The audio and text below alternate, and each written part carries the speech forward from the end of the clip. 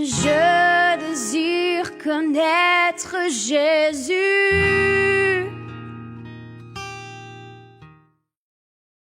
Il faut d'abord comprendre le principe de la voix de Dieu. En fait, la voix de Dieu, ce n'est pas un son. La voix de Dieu, ce n'est pas un son. Il faut déjà que dans ta tête, tu fasses une différence claire entre la voix humaine, nos voix humaines, et puis la voix de Dieu. La voix de Dieu, ce n'est pas un son, en fait. Ce n'est pas un son. C'est un message. Je réponds, la voix de Dieu, ce n'est pas un son, c'est un message. Et ce message-là peut venir dans ton esprit sans qu'il y ait un son. Ce message-là peut venir avec un son. Ce message-là peut venir sans qu'il y ait une parole. Lisons Genèse chapitre 3. Il y a une expérience qu'a vécue Adam et Ève lorsqu'ils ont péché. Regarde à partir du verset 8. Le verset 8. Genèse chapitre 3, le verset 8. Alors ils entendirent la voix de l'Éternel Dieu qui parcourait le jardin vers le soir. Et l'homme et sa femme se cachèrent loin de la face de l'Éternel Dieu, au milieu des arbres du jardin. Ma soeur, la Bible dit que lorsque Adam et Ève ont péché, ils ont entendu la voix de l'Éternel qui parcourait le jardin.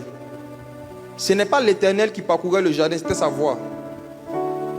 Ils se sont cachés et ils ont entendu une voix qui est en train de parcourir le jardin. Est-ce que tu vois? Donc la voix de Dieu, ce n'était pas un son, c'était un message mobile.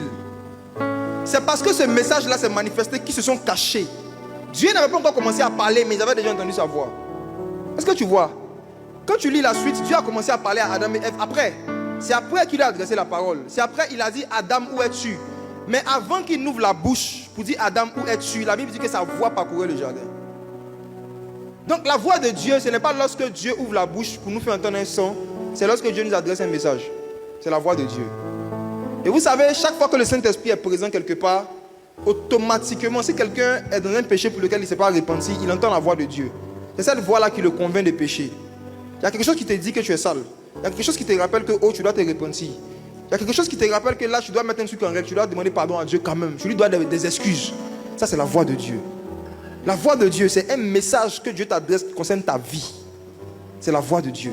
Donc, tu peux être en train de prier et puis tu sens dans ton cœur que tu dois lire, par exemple, Matthieu 5, verset 5. Quand tu vas aller lire Matthieu 5, 5, le verset va répondre, par exemple, à quelque chose que tu vis. C'est la voix de Dieu. Il y a un message que Dieu t'a donné qui te concerne, tu as entendu sa voix. Tu peux être en train de prier et puis tu sens dans ton cœur que, oh, là, il faut que j'arrête de prier, il faut que j'aille à l'entrée de la porte. Il faut que j'aille voir la porte, si c'est bien fermé. Et tu sens juste une envie. Tu te lèves, tu vas regarder, effectivement, tard la nuit, la porte n'était pas bouclée. C'était la voix de Dieu. Dieu t'a adressé un message. Tu n'as pas entendu un son, mais tu as reçu un message. C'est la voix de Dieu. Et en général, plus on devient mature spirituellement, moins on entend un son quand Dieu nous parle. Je rembobine. J'ai dit, plus on grandit spirituellement, moins on entend un son quand Dieu nous parle. Dieu va continuer de nous adresser sa voix, mais pas toujours par le son de sa voix. Plus on grandit spirituellement, plus la manière dont Dieu nous parle devient de moins en moins perceptible. J'avais demandé comment. Pourquoi?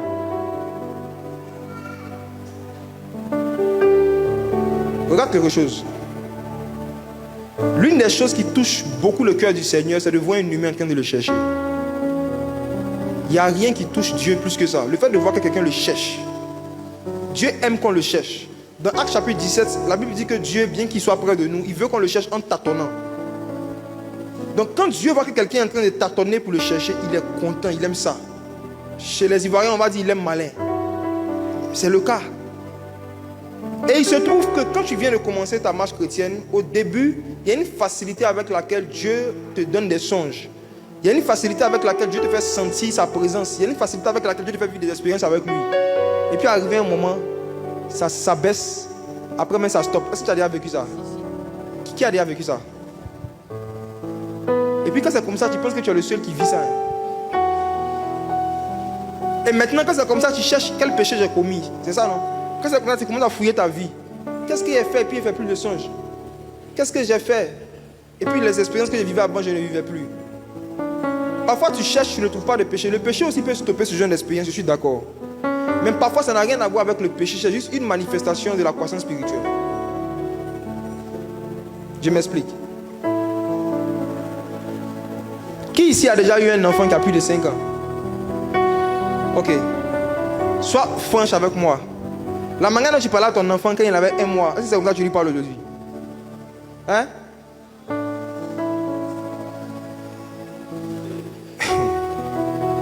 Quand ton enfant avait 6 mois, quand tu lui disais viens manger, tu lui disais quoi? Viens faire maman. Qui faisait les trucs comme ça là? Ok. C'est quelque chose que j'ai jamais compris les femmes. C'est les femmes qui font ça.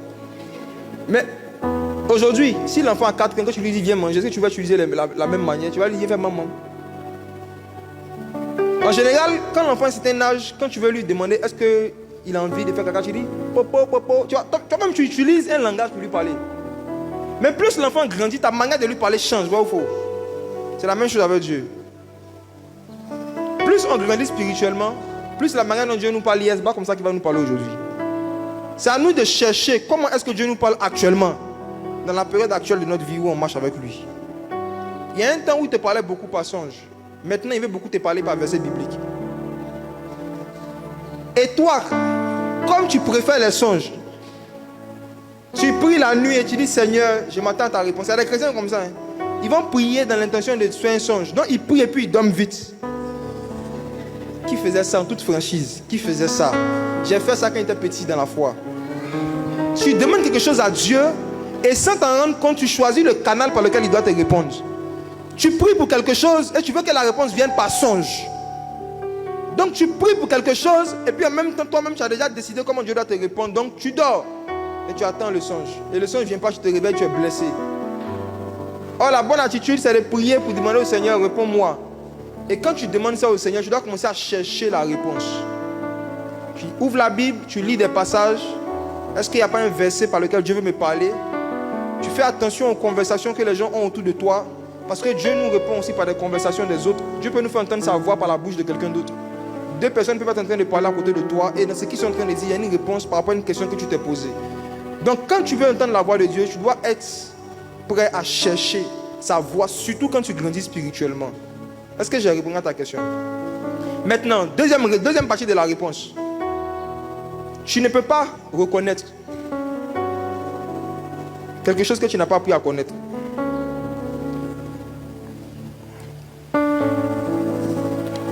Je rembobine, je dis que tu ne peux pas reconnaître une chose que tu n'as pas appris à connaître.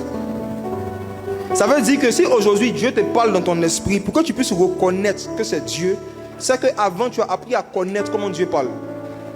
Et je veux dire que la seule méthode que Dieu a instituée pour qu'on apprenne à connaître comment il parle, de sorte que lorsqu'il est en train de parler, on puisse reconnaître, ce sont les Écritures. Je dois avoir l'habitude de lire la Bible. Je dois avoir l'habitude de voir comment est-ce que Dieu parlait aux hommes avant. Tu dois avoir l'habitude de lire beaucoup les Saintes Écritures. Quand tu lis les Écritures, tu vois comment Dieu parlait à Abraham. Tu vois comment Dieu parlait à Moïse. Tu vois comment il parlait à David. Donc quand une voix va te parler dans ton esprit, tu vas pouvoir reconnaître parce que tu avais appris à connaître. Voici pourquoi les gens qui ne lisent pas beaucoup la Bible, mais qui entendent beaucoup de voix, sont des personnes qui s'égarent le plus facilement et qui font beaucoup d'erreurs. Les gens qui sont toujours en mode je vois, j'entends, j'ai eu une vision, j'ai senti. Maintenant tu lui demandes quelle est la dernière méditation biblique que tu as faite. Partage-moi ta dernière étude biblique. Il n'a rien à te dire. Tu lui dis que tu es en danger. Tu es un danger pour toi-même et pour les chrétiens que tu côtoies. Parce qu'au milieu de tout ce que tu vois, tout ce que tu entends, comment tu vas reconnaître ce qui est de Dieu, ce qui n'est pas de Dieu? C'est la connaissance de la parole de Dieu que tu vas avoir. Parce que Dieu ne dit jamais quelque chose qu'il n'a jamais dit. Je dis, Dieu ne dit jamais quelque chose aujourd'hui qu'il n'a jamais dit hier. Dieu ne va jamais te parler d'une chose dont il n'avait jamais parlé auparavant. Dieu ne va jamais te dire quelque chose aujourd'hui qui est contraire à ce qui est dans les Écritures.